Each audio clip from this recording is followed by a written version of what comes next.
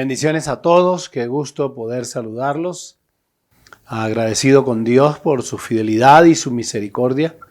Además, mi constante oración para que Dios los bendiga a ustedes y los prospere en todas las cosas. Gracias por acompañarme en este estudio bíblico los miércoles. Y como todos los miércoles, valga la redundancia, hoy vamos a estudiar la Biblia, la palabra de Dios. Y quiero un poco que miremos el libro de los Salmos, el Salmo 119. Hace algunos días les di algunos datos sobre este Salmo 119 y les estaba diciendo que es el salmo más largo de la Biblia, el capítulo más largo de la Biblia también. Salmo 119, versículos 49 y 50. Dice la palabra de Dios: acuérdate de la palabra dada a tu siervo, en la cual me has hecho esperar. Ella es mi consuelo en mi aflicción, porque tu dicho me ha vivificado. Hablar de esto, a veces es difícil, porque es difícil encontrar consuelo en el dolor. Yo he tenido como pastor y en mi vida de ministerio experiencias muy tristes, como tener que hablar con una madre que había acabado de perder a su hijo. Era doloroso y la verdad, no habían palabras en mi boca para poder consolar a esta mujer. Igualmente, hace pocos días, un gran amigo con quien trabajé mucho tiempo, un vehículo, él iba en su moto, un vehículo lo atropelló y murió. Y fui al lugar donde lo tenían y al entrar y ver a su esposa, no había más palabras sino abrazarla, y ella me abrazó y simplemente su llanto y mi compañía fue todo lo que pude hacer. No habían palabras de consuelo, no sabe uno qué decir en el momento en que una madre pierde a su hijo o que un hijo pierde a la mamá, y en este caso particular, la muerte inesperada de un amigo, compañero de trabajo y el esposo de una persona que asistía a nuestra iglesia. Demasiado doloroso. Pero creo que una de las experiencias más tristes y dolorosas que he tenido es ir por una carretera y encontrar a un hombre que iba manejando su carro, se estrelló contra un carro que estaba estacionado y murió su esposa y sus 2 hijos. Y desafortunadamente para mí, no sé si puedo llamarlo desafortunadamente o afortunadamente, yo era el primero en la fila, es decir, iba detrás de él cuando esto sucede. Al detener los carros, su esposa y sus 2 hijos habían muerto. Él desesperado estaba corriendo, nos bajamos del carro para mirar y se dio cuenta que su esposa y sus 2 niños estaban muertos. ¿Qué se le dice a alguien en esas condiciones? Él gritaba solamente y decía: no vale la pena vivir, prefiero morir. Recuerdo que al tiempo llegaron algunos vehículos y luego llegó una ambulancia y una persona que venía en la ambulancia. Entonces, cuando este hombre gritaba: prefiero morir, pidieron a los que estábamos allí que le pusiéramos cuidado, porque muy seguramente, decía la persona que iba en la ambulancia, él podría quitarse la vida al encontrar que se había muerto para él lo más importante, su esposa y sus 2 hijos. Hay situaciones terribles y complicadas y demasiado difíciles, y a veces a nosotros, los que aconsejamos o asesoramos, solamente un abrazo, solamente una lágrima, solamente un Dios tiene el control, o Dios lo sabe y lo conoce todo, es lo que sale de nuestros labios. Y tengo que volver al texto. El escritor del libro de los Salmos llega un momento en su desesperación y en su angustia que en este hermoso poema dice: acuérdate de la palabra dada a tu siervo. Es decir, Señor, no olvides la promesa que me has hecho, porque yo en ella espero. Él dice: en la cual me has hecho esperar. Y creo que todos ustedes, si han asistido a una iglesia, han leído la Biblia, si conocen a Dios, estarán de acuerdo conmigo que si de algo nosotros hablamos con Dios es de las promesas, es de la palabra que está escrita. Y hemos venido todas estas semanas hablando de la palabra que está escrita para nuestra consolación, para nuestro ánimo, para nuestra esperanza. Y hoy precisamente estamos hablando de la palabra de consolación. Y este hombre, este escritor bíblico, este escritor de la Biblia, dice, en la cual tú me has hecho esperar. Pero da las razones por las cuales él espera. Él dice, ella es mi consuelo. Es mi consuelo en mi aflicción. Es decir, es la palabra apropiada, en el momento apropiado, en la circunstancia apropiada. Tu palabra es para mí consuelo. Y él luego dice, porque tu dicho, es decir, porque tus palabras, porque la palabra de Dios, porque tu palabra, porque tus promesas son las que me han vivificado. Podríamos pensar cuántas situaciones tuvo que vivir el salmista para poder expresar esto. Seguramente es nuestra experiencia y también es la suya. Debo decir que en la Biblia encontramos muchos momentos donde Dios fue consuelo a su pueblo. Desde el pueblo de Israel, Dios, incluso en el momento del pecado de David, trayendo consuelo a un hombre angustiado, triste, que sentía que había defraudado a Dios y a él mismo. En el Nuevo Testamento, un pasaje sorprendente. Jesús y la viuda de Naín. San Lucas capítulo 7 del versículo 11 al 17 nos narra una historia muy fuerte, pero es una historia que nos muestra a nosotros el momento en que Dios aparece, porque a veces nos parece que Dios se aleja de nuestra vida cotidiana, que Dios se aleja de nuestra vida diaria, que Dios no está, que no existe para nosotros, porque cuando tenemos que enfrentar estas adversidades y estas luchas, nos parece que Dios hubiera desaparecido por total y que no estuviéramos en su radar. Pero ahí hay una muestra particular de Dios y en el caso de Jesús y la viuda de Naín, que nos puede dar una tremenda enseñanza. Vamos a escucharlo. Angie lo va a leer. Aconteció después que él iba a la ciudad que se llama Naín, e iban con él muchos de sus discípulos y una gran multitud. Cuando llegó cerca de la puerta de la ciudad, he aquí que llevaban a enterrar a un difunto, hijo único de su madre, la cual era viuda y había con ella mucha gente de la ciudad. Cuando el Señor la vio, se compadeció de ella y le dijo, no llores. Y acercándose tocó el féretro, y los que lo llevaban se detuvieron, y dijo, joven, a ti te digo, levántate. Entonces se incorporó el que había muerto y comenzó a hablar, y lo dio a su madre. Y todos tuvieron miedo y glorificaban a Dios diciendo, un gran profeta se ha levantado entre nosotros, y Dios ha visitado a su pueblo. Y se extendió la fama de él por toda Judea y por toda la región de alrededor. Observen eso. Ese es un pasaje muy interesante. Una aparición del Señor Jesús en el momento oportuno. Una mujer viuda que había perdido a su esposo, que había perdido ahora a su hijo. ¿Saben qué significaba eso? Eso significaba ruina. En la ley o en los judíos había una tradición que decía que cuando un hombre moría antes de los 40 años, antes de esa edad, moría bajo una maldición.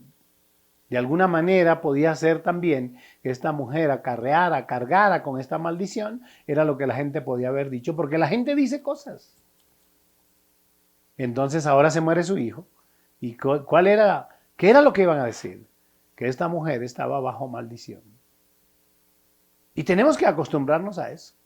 Hay circunstancias de la vida tan complicadas y tan adversas donde nosotros no buscamos absolutamente nada y la gente opina y dice, y realmente son estupideces, sin pensar, sin decir, porque la gente pues siempre quiere decir algo. Tenemos que aprender a tener la madurez suficiente para creer y para esperar que el Señor es nuestro defensor, que Él es nuestro ayudador. Y en este caso particular, Dios aparece en Jesús, porque cuando están saliendo con aquella lámina funeral y este joven, Jesús aparece. Aparece en el momento de la angustia y cuando él la ve llorando, si algo genera compasión es ver llorar a alguien. Ver llorar a un niño es muy duro. Yo soy abuelo y veo llorar a mi nieto y no quiero que llore. No sé las circunstancias, no sé, pero no quiero que llore. Yo sé que a veces tenemos que llorar y debemos llorar, pero no quiero. Ver llorar a un anciano, ver llorar a alguien por frustración, a alguien por dolor, es lo más duro. Imagínense la fortuna de esta mujer, encontrarse al dador de la vida, al que la Escritura dice que Él enjugará todo llanto, todo dolor. Se aparece frente a ella y el texto dice literalmente que cuando la vio que estaba llorando, dijo, mujer, no llores. ¿Por qué le dice no llores? Podríamos ahora discurrir en decir y en opinar cosas. Y yo no, este no es el centro de mi predicación. Pero termina en consuelo diciéndole no llores y le devuelve a su hijo.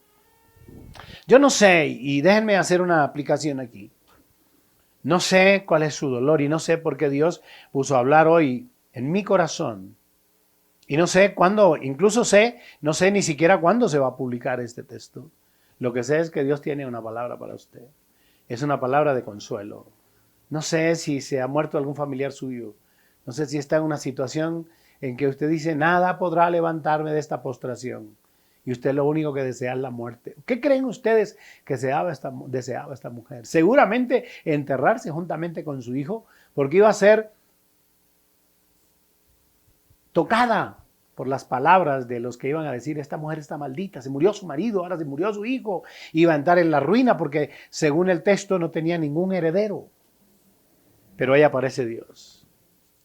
Si Dios me puso hoy a hablarte de esto, es porque Él tenía este mensaje preparado para ti en el día de hoy, sabiendo lo que podía pasarte. Es decir, que Dios sí está presente en tu condición. Dios sí está preparando el tiempo, el espacio para que tú oigas lo que Él tiene para decirte. Y aquí hay un caso muy particular, y que déjenme mencionarlo. Hay un caso muy particular porque San Lucas capítulo 24 habla acerca de Jesús, cómo el Señor Jesús, después de la muerte, capítulo 24 de San Lucas, capítulo 24, habla de la resurrección. Este texto dice que después que el Señor Jesucristo murió y fue llevado a la tumba, entonces el primer día de la semana, muy de mañana, vinieron al sepulcro las mujeres trayendo especias aromáticas para ungir el cuerpo, para colocarlas allí, y entonces dice que cuando llegaron encontraron removida la piedra. Dicen los estudiosos y los que saben de esto que haber removido la piedra pesaba aproximadamente 500 kilos. Una especie de piedra circular que tenían que moverla entre 4 hombres. Y no olviden ustedes que uno de los evangelistas dice que habían puesto guardias porque dijeron, ¿qué tal que los discípulos se los roben? Y entonces dice que ha resucitado. Y cuando las mujeres fueron a llevar las flores, aparecieron 2 varones de vestiduras resplandecientes y les dijeron, no está aquí, ha resucitado. Ahora, piensen conmigo en esto. Ya el Señor Jesús había dicho a sus discípulos que era necesario que Él muriera, porque desde el principio, en el plan, en el proyecto de Dios para la salvación nuestra, era necesario que Jesucristo muriera en tanto que Él iba a cumplir el sacrificio. Él iba a ser el Cordero de Dios, inmolado por nuestros pecados. Déjenme, y Angie me va a ayudar mirando algunos versículos para que ustedes tengan firmeza en esto. San Lucas capítulo 9, 22 dice, y diciendo es necesario que el Hijo del Hombre padezca muchas cosas y sea desechado por los ancianos, por los principales y sacerdotes y por los escribas, y escuchen esto, y que sea muerto y resucitado al tercer día. Era necesario, él mismo se lo está diciendo a sus discípulos. ¿Qué piensan ustedes? ¿Qué pensaron sus discípulos? Ya seguramente de entrada les había invadido la tristeza. Saber que su maestro con quien habían caminado por casi 3 años, ahora que les había inspirado, que los había motivado, que había estado con ellos caminando, llevando el mensaje, sanando enfermos, liberando a los cautivos, dando vista a los ciegos, ahora les dice que va a morir. Creo que no era para hacer una fiesta. Había tristeza en el corazón de ellos. Ya luego, San Juan capítulo 16, versículo 7. Escuchen lo que dice. Pero yo os digo la verdad, os conviene que yo me vaya, porque si no me fuese, el Consolador no vendría a vosotros, mas si me fuere, os lo enviaré. Igualmente, San Juan capítulo 14, déjenme, no voy a leer todos los versículos por razones de tiempo, les dice, no se turbe vuestro corazón. ¿Creéis en Dios? Dice, creed también en mí. Ya empieza a hablar de su vida. Dice, en la casa de mi padre muchas moradas hay, si así no fuera, yo os lo hubiera dicho, voy pues a preparar lugar para vosotros. Y vuelve a hablar, y si me fuere, y os prepararé el lugar, vendré otra vez, y os tomaré a mí mismo, para que donde yo esté, vosotros también estéis. Dice, y sabéis a dónde voy, y sabéis el camino. Y es cuando Tomás le dice, Señor, no sabemos a dónde vas, ¿cómo pues podemos saber el camino? Y él le responde, yo soy el camino, la verdad y la vida, y nadie viene al Padre si no es por mí. Observen que esta numeración de estos versículos, estoy tratando de explicarles a ustedes o de mostrarles a la luz de la Biblia que el Señor Jesús les había dicho que iba a morir y que era necesario precisamente que Él se fuera. Y en el capítulo 14, allí mismo en este capítulo que estoy leyendo, en el versículo 19 y versículo 20, escuchen lo que dice. No os dejaré huérfanos, vendré a vosotros, todavía un poco y el mundo no me verá más, pero vosotros me veréis, porque yo vivo, vosotros también viviréis. Ahí está bien. Dice, no os dejaré huérfanos. Les dice claramente que se va a ir. Solamente que aquí ya empieza a hablar del Espíritu Santo, entonces, pero les está hablando de irse. El capítulo 24 de San Lucas habla de su muerte. Al tercer día resucita, y hay algo maravilloso. Capítulo 24, versículo 13 en adelante, habla del camino a Emaús. Déjenme un poco, que yo quiero compartirles a ustedes la experiencia de discípulos tristes, sin consuelo. Muchos de ellos volvieron a sus trabajos, a las redes. Muchos de ellos volvieron a sus casas apesadumbrados y aburridos. Otros seguramente cumplieron el mandato del Señor cuando les dice no se vayan de Jerusalén, quédense en Jerusalén y no se vayan hasta que no sean investidos por el poder del Espíritu Santo. Pero déjenme centrarme en el capítulo 24, versículo 13, camino a Emaús. Dice, y aquí dos de ellos, oigan esta historia, qué espectacular, y aquí dos de ellos iban el mismo día a una aldea llamada Emaús, que está a 60 estadios de Jerusalén.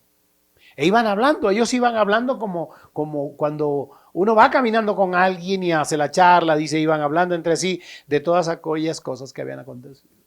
Seguramente el uno al otro le decía, qué difícil, qué duro fue ver a Jesús en el camino con una cruz y el verdugo con el látigo castigando su espalda y nosotros sin poder hacer nada.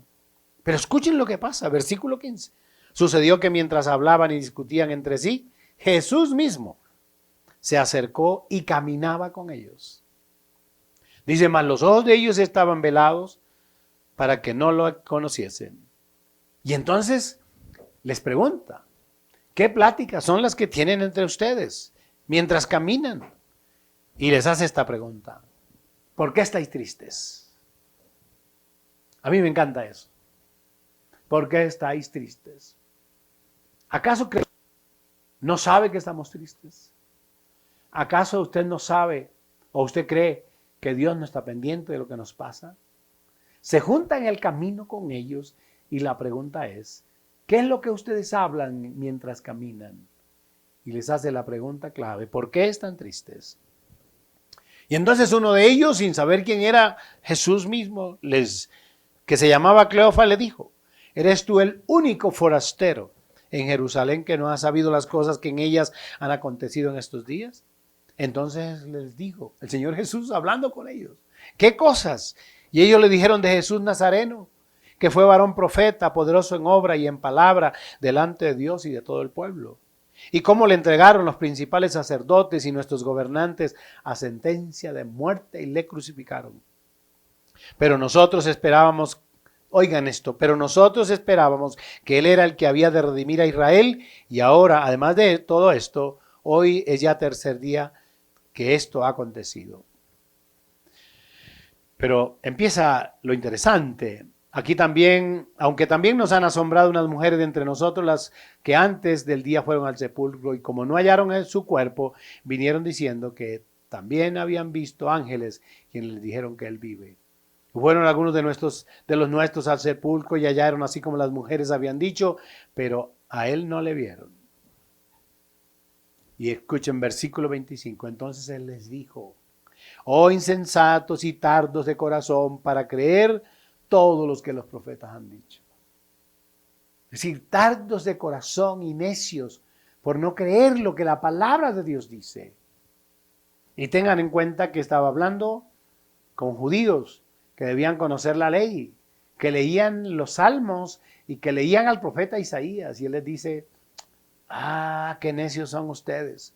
¿Cómo es que no van a creer la palabra inspirada, la palabra que está escrita para esos? Y Él empieza, dice el texto, versículo 26, le dice: ¿no era necesario que el Cristo padeciese estas cosas y que entrara en su gloria?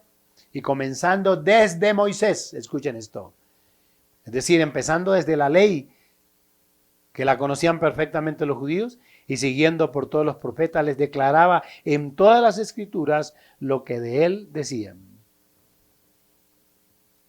A mí me llama mucho la atención esto, y les declaraba las escrituras, y cómo empieza desde el Pentateuco, desde Moisés, pasa por todos los profetas hasta el momento que estaban viviendo.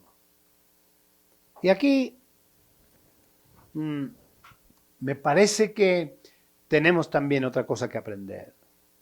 Ellos estaban desconsolados porque su maestro había muerto, y ellos no creían que lo volverían a ver, iban muy tristes. Pero una pregunta: ¿por qué el Señor no se les manifestó y les dijo: no, muchachos, si yo estoy aquí, voy caminando con ustedes, yo he resucitado? ¿Podía hacerlo o no podía hacerlo? Si pudo resucitar, y si va caminando a un lado de ellos. Luego el texto dice que sus ojos fueron abiertos y entonces pudieron saber quién era. Déjenme empezar a que revisemos esto. ¿Cómo lo hizo el Señor? ¿Cómo hizo para narrar las escrituras desde el Pentateuco pasando por todos los profetas? ¿Sacó su celular, su teléfono inteligente? Pues malas noticias les tengo, no existían los celulares. No existían los teléfonos inteligentes. Era imposible llevar en las manos o en una bolsa todos los escritos. Acuérdense que eran escritos en pergaminos y muchos de ellos incluso eran en cuero, escritos en cuero. Pues es interesante esto. Quiero decirles que el Señor Jesús fue educado por José y María conforme a las Escrituras. ¿Y qué decían las Escrituras con respecto a la crianza de los hijos? Lo dijimos en una enseñanza pasada, en el capítulo 6 del libro de Deuteronomio. Dios dijo esto: oye Israel, Jehová nuestro Dios, Jehová uno es. Y amarás a Jehová tu Dios de todo tu corazón y de toda tu alma y con todas tus fuerzas. Y escuchen esto. Y estas palabras, recuerden que la transmisión era oral. No existían libros ni bibliotecas, era oral. Dice: y estas palabras que yo te mando hoy estarán sobre tu corazón. Y las repetirás a tus hijos y hablarás de ellas estando en tu casa y andando por el camino y al acostarte y cuando te levantes. Dice: y las atarás como una señal en tu mano y estarán como frontales entre tus ojos y las escribirás en los postes de tu casa y en tus puertas. Así había sido criado el Señor Jesús, aprendiendo y viviendo las Escrituras. A los 12 años, dice la Biblia en San Lucas capítulo 2, versículo 42 al 47, se narra esa historia de cómo él se había perdido de José y de María y luego lo encontraron discutiendo, hablando con los maestros de la ley a los 12 años. Ah, qué interesante, qué importante conocer la Biblia. Qué importante conocer las Escrituras. Qué importante es que usted pueda enseñar a sus hijos la palabra de Dios. Qué importante es que usted pueda tener un devocional con ellos. Qué importante es que ellos lo vean leer la Biblia a usted. La leerán ellos también. Yo fui educado en el conocimiento de la Biblia. Desde niño leí la Biblia, mis padres me enseñaron la Biblia. Ahora, ¿dónde hizo Jesús? ¿Dónde enseñó la palabra? Si a los 12 años discutía con los escribas y hablaba con ellos, a mí me llama la atención, y con esto voy a terminar, porque me puse en la tarea de buscar dónde utilizó Jesús la palabra que había aprendido para enfrentar la vida. Porque es que la Biblia, la palabra de Dios, te va a ayudar a enfrentar las circunstancias adversas de la vida. En esta palabra vas a encontrar, como el salmista dice, esta palabra es mi consuelo y yo espero en ella porque tú me has hecho creer que en ella encuentro la paz y la seguridad que necesito. Vamos a Mateo capítulo 4. San Mateo capítulo 4, versículo 6, dice que Jesús utilizó la palabra aprendida, porque no estamos hablando de Jesús, estamos hablando de Jesús hombre. Dice que fue llevado por el Espíritu al desierto y allí fue tentado por Satanás. Capítulo 4 del versículo 6 hasta el versículo 10. Y le dijo, si eres hijo de Dios, échate abajo, porque escrito está, a sus ángeles mandará acerca de ti, y en sus manos te sostendrán, para que no tropieces con tu pie en piedra. Jesús le dijo, escrito está también, no tentarás al Señor tu Dios. Otra vez le llevó el diablo a un monte muy alto y le mostró todos los reinos del mundo y la gloria de ellos. Y le dijo, todo esto te daré si postrado me adorares. Entonces Jesús le dijo, vete, Satanás, porque escrito está, al Señor tu Dios adorarás y a Él solo servirás. Escuchen eso. ¿Cómo responde el Señor a Satanás? Con la palabra. ¿Y dónde estaban? En un desierto. Cuando uno ha aprendido la palabra de Dios, no quiere decir que no va a pasar por desiertos. Hay desiertos y nosotros los cristianos y la Biblia de alguna manera, figurativamente, nos habla de los desiertos como tiempos de enfriamiento espiritual. Y Jesús estaba en el desierto. Y en medio del desierto y tentado por Satanás, enfrentó a Satanás con la palabra que había aprendido. ¿Qué crees que no vas a pasar por el desierto? La palabra de Dios es fuerza. La palabra de Dios es poder. La palabra de Dios es sabiduría en medio de tu desierto. En medio de la aflicción, de la angustia. Tú dices, estoy pasando por un desierto terrible, pastor. No quiero ni orar, ni quiero cantar, ni quiero ir a la iglesia. Pero la palabra que está anidada en tu corazón, en tu mente, saldrá por tu boca en el medio del desierto para decirle a Satanás que Dios tiene el control de tu situación. También lo encuentro en el templo. San Marcos capítulo 12, versículo 35 y 36. Ahora ya no es en el desierto, es en el templo. Enseñando Jesús en el templo decía, ¿cómo dicen los escribas que el Cristo es hijo de David? Porque el mismo David dijo por el Espíritu Santo, dijo el Señor a mi Señor, siéntate a mi diestra, hasta que ponga tus enemigos por estrado de tus pies. Oiga, hasta que ponga a tus enemigos por estrado de tus pies. En el templo. La Biblia dice claramente que nosotros, nuestro cuerpo es templo del Espíritu Santo. Déjenme hablar del edificio. Cada que vienes a la iglesia y escuchas a tu pastor, escuchas al pastor o a uno de los pastores en nuestra comunidad hablar, es Dios hablándote. Es Dios enseñándote a esperar el cumplimiento de las promesas de su palabra. Eso es lo que está diciendo el texto. Que estaba en el templo compartiendo y la gente estaba esperando el cumplimiento de las escrituras, de las promesas. A veces uno llega a la iglesia, si podemos llamarla así, al edificio o al salón, como usted lo quiera llamar. cansado, agotado, con ganas de morirse, con ganas de nada más. Y a veces ni siquiera se quiere parar, ni levantar las manos, nada de eso, cerrada la boca. Pero llega un momento en que la palabra, el Espíritu Santo a través de la palabra, va doblando, va rompiendo las ligaduras, va rompiendo las ataduras, y tú empiezas a sentir que la palabra que se está dando desde el altar es una palabra de Dios para ti, y terminas quebrantado. Y entonces allí tu fe se fortalece. En la cruz, también en la cruz, recuerden las palabras de Jesús en la cruz. San Juan capítulo 19, versículo 28. Después de esto, sabiendo Jesús que ya todo estaba consumado, dijo, para que la escritura se cumpliese, tengo sed. En la cruz, Cristo, el Señor Jesucristo, cumplió. Dice consumado es decir, ya lo hice todo, Padre. En tus manos encomiendo mi espíritu. La cruz es un símbolo, es una señal del cumplimiento de la promesa dada por Dios de enviar a su Hijo Jesús a morir en la cruz por nosotros, y allí Jesús cumplió. Esto nos enseña a nosotros fidelidad, constancia, valor en medio de las circunstancias del maltrato, del vituperio. Jesús cumplió lo que el Padre le había encomendado. Y por último, estoy leyendo San Lucas capítulo 24, en el camino a Emaús. Por el camino debemos saber que no caminamos solos, que el Señor sabe de nuestro sufrimiento, sabe de nuestro dolor, y que Él va con nosotros en el camino más tenebroso, en el camino más difícil, en medio de los sobresaltos de la vía. El Señor camina a nuestro lado, conociendo nuestras tristezas, para consolarnos como consoló a estos discípulos que iban camino de Emaús. Entonces, terminemos. Aprendamos de la Biblia.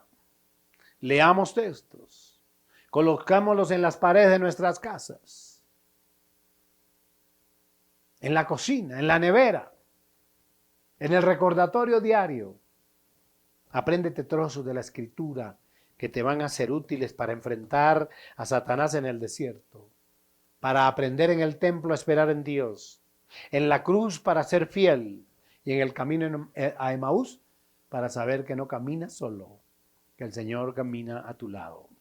Para casos de emergencia, no te preocupes, el Señor, dice la Biblia, colocará palabras de sabiduría en tu boca.